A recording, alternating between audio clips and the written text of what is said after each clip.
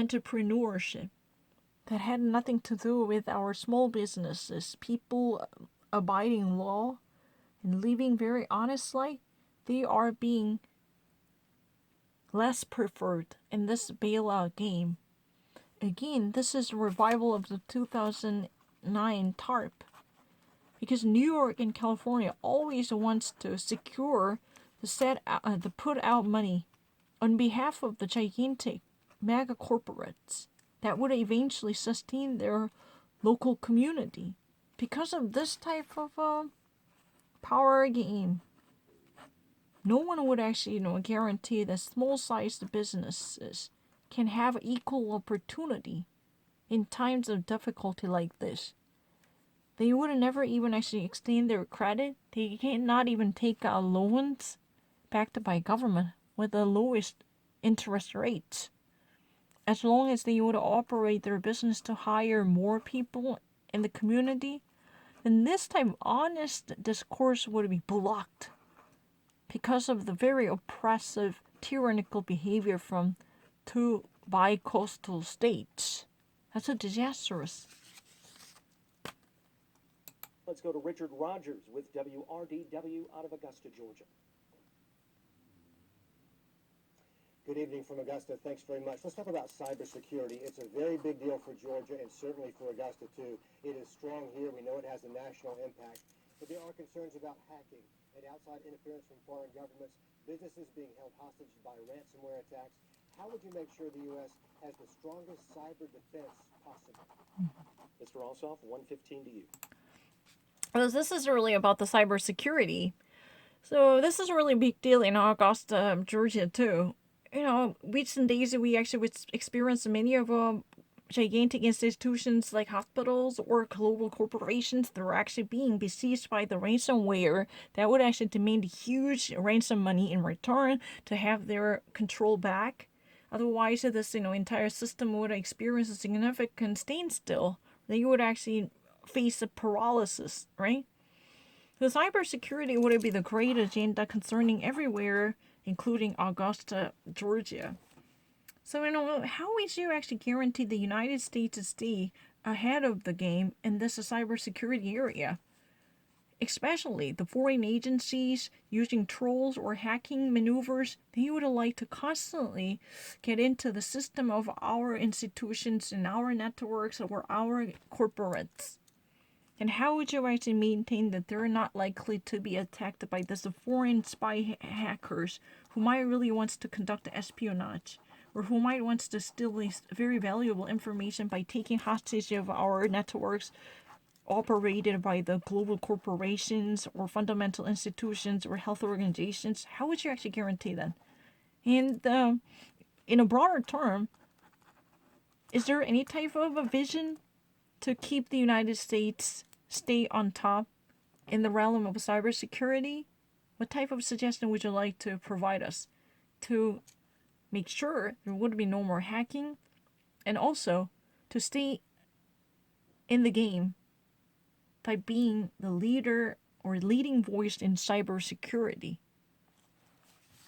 Because so many different foreign entities somehow kidnap the entire system by inducing complete paralysis and shutdown. So there is no more progress would be possible. The entire maintenance system would be besieged or attacked by the cyber hacking. Then, unless they would actually wire significant sum in the name of ransom, that's the real reason why this software carrying a virus would be called a ransomware. How would our institution better cope with this situation by beefing up their cybersecurity? What type of measures can be taken, and to actually make America truly a global leader in cybersecurity? What type of option would you like to suggest?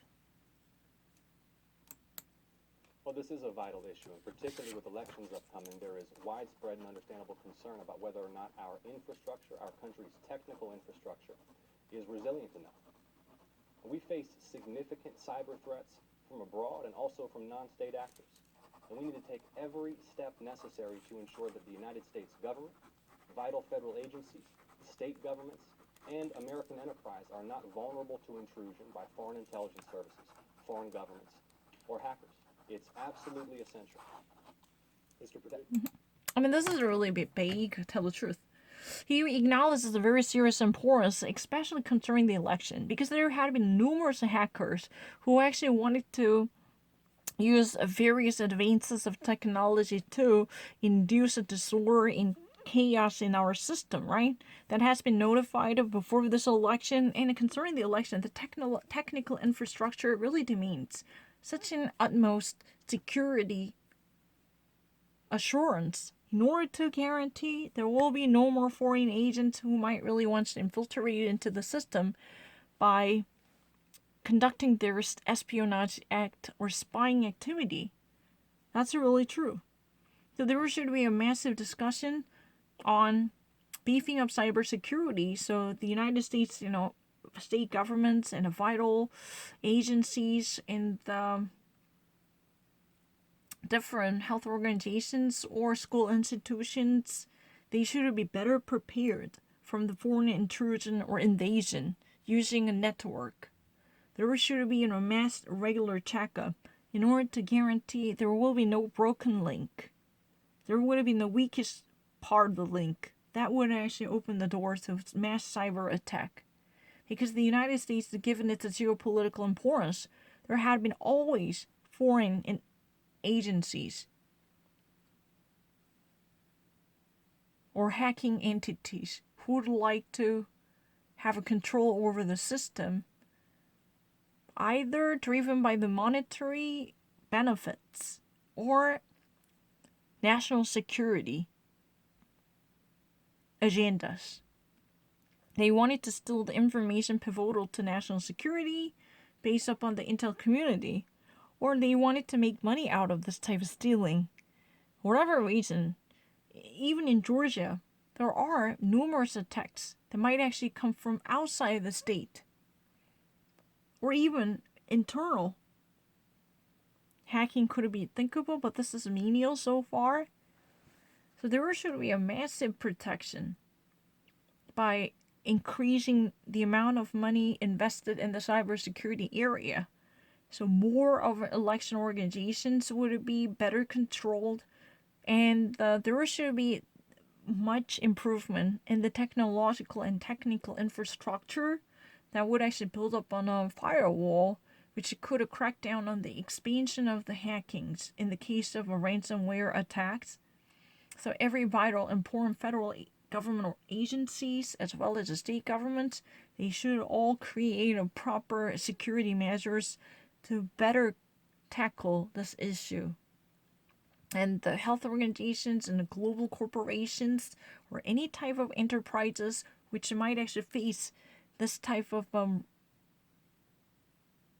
indiscriminatory attacks with an eye to increasing their monetary profits. This type of pirate activity should be always watched out with excessive attention. The only way we can actually do this is adopting a more aggressive policy in propping up the cybersecurity infrastructure. That's really the only way we can actually handle it.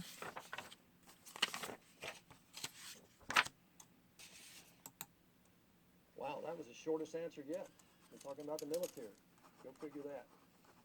Certainly answer the question. That was a great question. It's one of the top threats we have in our country today. 5 threats across 5 domains. Thanks to the last Democratic administration, when they cut military spending by 25%, they left the world more dangerous than any time in our lifetime. We have now brought the Army Cyber Headquarters to Augusta, Georgia, to Fort Gordon. This is just the beginning. We're going to stand up to China and Russia and other nefarious players behind cyber. But we can't do it if the Democrats come along again and defund the military like they want to defund the police. If they're like the last 2 Democratic presidents, they'll cut military spending. He even supports a plan that would cut and close 2 bases in the state of Georgia. I'm telling you, this is why... That is your time, Senator Perdue. Mr. Ossoff? It is absolute nonsense. So you know what? He actually made the shortest answer from his perspective. This is a military question. He actually believes that cybersecurity is really closely connected to military answer. One of the main top threats concerning the 5 different domains in the relevance to the military security. This is really the cybersecurity. The Democrats actually throughout the years supported a significant decrease in the military funds. So it actually, completely supported the bill that actually reduced the military funds by 25 percentile. This was led by Chuck Schumer. And John Ossoff, supported this type of a downsizing of a military. This type of a continual understaffing and underfunding of the military was popularly cherished by Democratic members. Given the fact that there wouldn't be possible close up of 2 different military bases in Georgia, that's really also trouble because this would be the continuation of their desire to defund and incentivize the national security benefits we still actually maintain. This is really the continuation of the narrative they want to hold on to. Democrats throughout the summer demonstrated their desire to defund the police because they believe the police departments are corrupted across the nation, but this type of immediate cutoff would induce more of a radical disaster. The Cybersecurity Center, based upon in Augusta, that this kind of a possibility would actually guarantee that there could be more security beef up that would actually benefit the most of people living in and outside the Georgia, because this would be a federal project. Because there should be a strong headquarters securing the cybersecurity agendas, and that is what this Augusta Cyber Center was supposed to be. But right now, this envisioned plan would be very much threatened. Why? Because John Ossoff is not really interested in expanding the cybersecurity chapter by adding more in the existing military bases, but he really wants to close up 2 different military bases existing in Georgia. He wants to shut down, 2 currently operating the maintenance of the governmental entities in relevance to the U.S. military. He never wants to see these 2 presence. Nope. And how would he ever actually, envision much strengthened cybersecurity center located in Georgia, in Augusta, in Georgia? Can we expect to see the more expansion of the power by adding another dimension to this type of cybersecurity center? If he ever actually remove and dislocate or close down, shut down 2 different existing military bases in Georgia. This is really the military crisis, because the Democrats had no serious concern about the security. That's really the reason they would have liked to cut down and shut down more of our facilities that would be vital to our national security. If you ever actually look deeper and if you ever actually delve into the issue, you would actually notice that this is really a problem connected to national security. It's not really a robotic repetition. Cybersecurity goes hand in hand with the national security. If he ever actually understaff the actual member taking up the position at the cybersecurity center, then this would actually open up a door to foreign invasions. Just like the rest of the military mobilization, if he ever actually underfund the military facilities, then there will be no intel communities operators who might actually be in touch with the Pentagon. And this would actually cause additional chaos in the national security front, because on the front line, whether cyber or offline, there wouldn't be no enough mobility to be placed and dispatched in time of attack coming from ransomware or spyware, anything. Then this would be disaster. And under the Democrats' leadership, there had been already a proposal leading to 25 percentile cutoff in the military spending. I will stand up and fight for Georgia's military bases. And you're lying through your teeth, Senator. Just like you've been lying all night about your record. Healthcare, the pandemic. Did you or did you not tell us that this virus would be no deadlier than the flu? Did you or did you not tell us that the risk to economic growth was little? Did you or did you not tell us there would be no significant uptick in cases? Those are your exact words. There would be no significant uptick in cases. The senator's words. Did you or did you not vote 4 times to repeal protections for pre-existing conditions? Will you deflect or will you answer yes or no? Senator Perdue, I get that.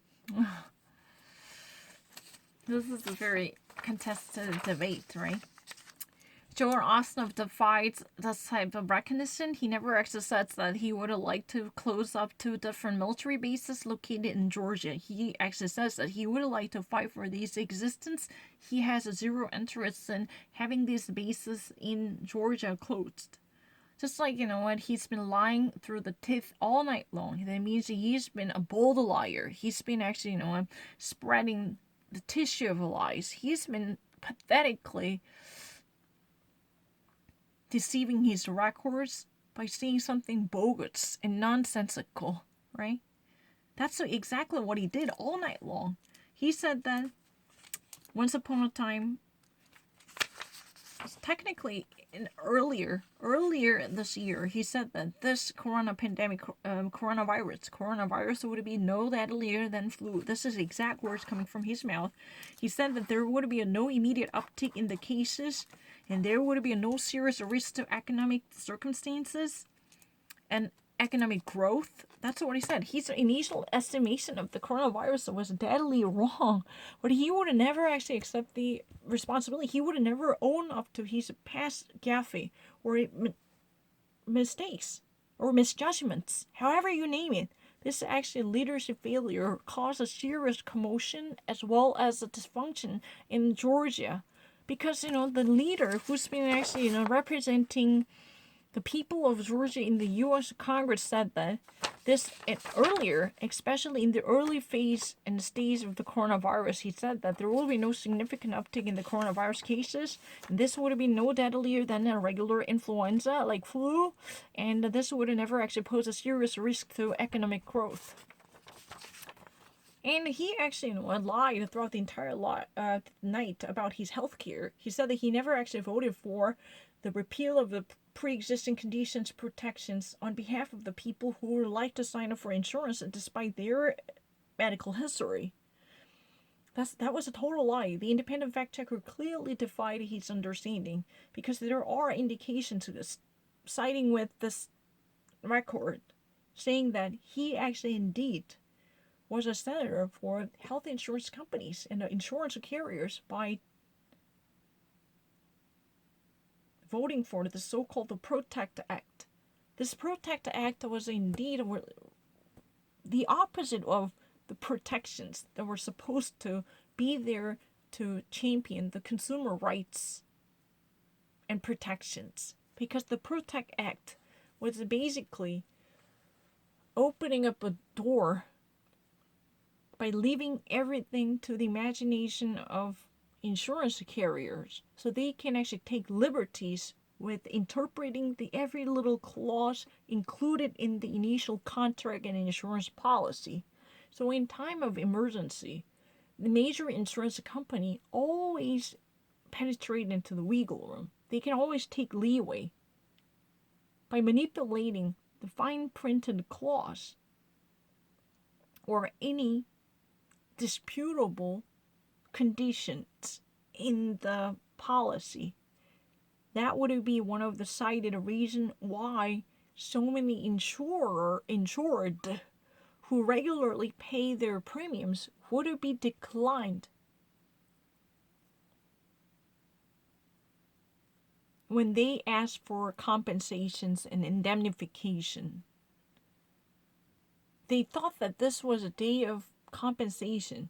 They would expect to receive something because they've been a very diligent payer of premiums. They never skipped one. They never actually fall back on their promise.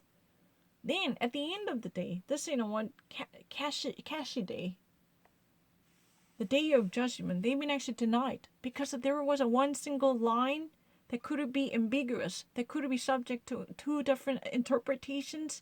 They abused this even at the cost of neglecting and disobeying consumer rights and protections. That's really the egregious malpractice of the insurance industry. But Senator David Perdue stood up for this type of liberties allowed to insurance companies because they are major donors of his campaign finance. He would be greatly bankrolled by them. His business was funded by them. He's been lying. That's not my opinion. John Ossoff says that he never said that he would like to shut down 2 military bases located in Georgia. And all night long, John Ossoff claims Senator David Perdue was nothing but a bold liar who's been lying through his teeth. That means he would be so impudent and brazen to actually act like he had never done any of these, even actually belying what he did before. He actually, at the very beginning of the corona outbreak, he said it is not deadlier than flu, and that there would be no immediate risk serious enough to harm economic growth. He said that there would be no risk to economic growth, and he even actually predicted that there will be no uptick in the coronavirus cases. Many of his insights had proven themselves to be none but a failure. He was blindsided, and he was myopic and short-sighted to guess many of these policy-oriented vision in a wrongful sense. His predictions turned out to be nothing but a dangerous hoax, which eventually led people to wrongful misbelief. He actually pulled the wool over the public eyes. He actually made lots of wrongful predictions. Meanwhile, he moved really quickly to sell off many of plummeting stock shares to maximize his profits. That's not the end of it. He abused his power to actually gain a profitable information concerning the military contracts, to at least buy shares from this type of companies ahead of time. So this was no different than insider trading, because he actually benefited from his privilege coming from the Senate seat to gain internal knowledge. So he knows the Pentagon's movement. So before the contract, he actually purchased massive shares from the military supplier and weapon enterprises. And starting from the coronavirus, his portfolio clearly sided with the healthcare-related companies. Those are powerful players in the health industry, providing medical gear or medical supplies. They're likely to be favored by Senator Perdue.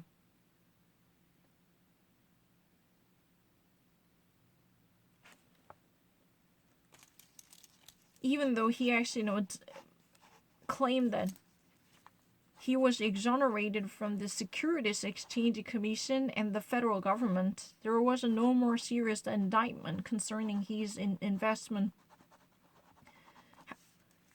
And he even actually argued that there was a subpoenaed documents related to his investment. However, there was no shred of a single document that was presented by Senator Perdue to guarantee his complete acquittal. He was under suspicion of trading off a massive amount of shares in order to secure his business advance and to maintain his profits in the midst of the corona pandemic crisis, especially with a close understanding of the situation obtained by his internal networks in the Senate. And he already actually was under suspicion of buying up, bulking up massive shares related to Pentagon contractor, because he knew that they would actually score a contract with the Pentagon, that their shares would go up. That was already indicated by the different independent watchdog, but he still denied that. If there would be a further development in the investigation, he could be incriminated. That's really possible. because his portfolio clearly suggested that that's also known by the most of authority, that he gave out his authority, even though he pretended it was actually done without his knowledge. Most of his company entities would have done this, but however, there was a clear indication that Senator Perdue was at the center of this type of major decisions made in the realm of investment. First of all, when you're talking about military bases, did you or did you not, John, support a plan called the Joint Basing Plan to close 2 bases in Georgia? I did not. It would have had 26,000 zero impact on We Georgia have bases, and on you know it, record- Senator. Excuse me, and I'll finish my question. I think you see what's going on here. He pivots I'm out answering of the that. question. Well, would you let Senator Perdue finish first? Thank you, ma'am. This is what we get, guys. This is what you call swamp in Washington. I'm telling you, as an outsider, this is what would drive you crazy right here. They won't talk about the issue. The issue was military. Started with Cyber, moved to military, and now he's off on everything else. The issue is, go back and look at the record in 2017. He ran on the Joint Basing Plan. It's in the record. That is your time. Let's move on to our next question. Let's go back to So you know what? This is really the swamp in the Washington, because if you're really outsider, this is really driving you crazy. Because this is really the nasty mudslinging. John Ossoff completely denies what he did. In 2017, he truly ran on the Joint Base Program, which is really all about closing and downsizing and understaffing the military bases, especially here in Georgia, by wrapping up the entities formerly rooted in the state of Georgia. This was nothing but a reflection of his desire to underfund the military bases in Georgia, either by wrapping them up or folding them up. That was very obvious, but he actually completely denied that. He did indeed actually recognize that this type of right-sizing the military forces by cutting off the funds allocated to the Pentagon. He really doesn't like the notion of us beautifully rewarding our men and women in uniform with the proper amount of benefits they could enjoy through the institutional improvement and advance. But however, John Ossoff completely denies that. Joint Base Program has nothing to do with the closure and shutdown of the Georgia-based military bases. This has no reflection or no consideration for whatsoever having an immediate impact on those 2 bases located in Georgia. His previous comment or his previous history, even if that would actually side with the Joint Base Program, that would Senator Perdue knows better, but he's lying again. This would actually have no immediate impact on the existing bases in Georgia, but he's been still lying about this because he wants to portray this person in that way. That's his belief. Let me actually clarify this. David Perdue argues that John Ossoff lies about his own previous record. He's been actually flip-flopping because he had a clear history to support, and he actually ran on this issue called the Joint Base Program, which it was nothing but understaffing the size of the military bases across the nation. But John Ossoff says that this would never have any type of impact on or influence on the military bases in Georgia. The Georgia located military bases and facilities would be unscathed even if the support program would be adopted. He did not actually mind this type of consequences affecting Georgia's own military bases. That was not the reason why he supported it. John Ossoff claims this wasn't clear to David Perdue. Even he acknowledges that he completely denies this aspect in order to advance his illogical belief that John Ossoff once supported the close down of the 2 military bases in Georgia, although Senator Perdue knows better than anybody else that this would never touch this Joint Base Program, whatever, would never touch a tiny finger of Georgia-based military bases. But Senator Perdue, again, abuses his